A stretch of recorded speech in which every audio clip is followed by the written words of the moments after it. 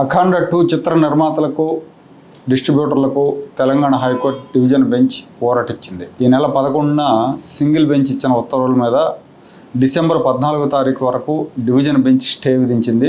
దాంతో నిర్మాతలకు డిస్ట్రిబ్యూటర్లకి రిలీఫ్ ఇచ్చినట్టు అయింది. తెలంగాణ ప్రభుత్వం ఈ సినిమా టికెట్ల రేట్లు పెంచుకోవడానికి ఇచ్చిన జీవోని మన సింగిల్ బెంచ్ కొట్టేసింది.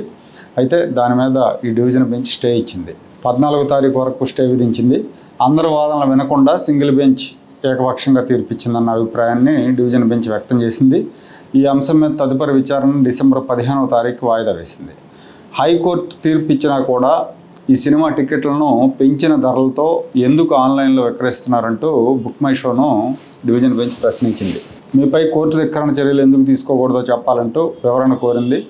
అనంతరం ఈ నెల 14వ తారీఖు వరకు సింగిల్ జడ్జి ఇచ్చిన ఉత్తర్వుల మీద స్టే విధిస్తూ 15వ తారీఖు దీని మీద విచారణ జరుపుతామని ప్రకటించింది.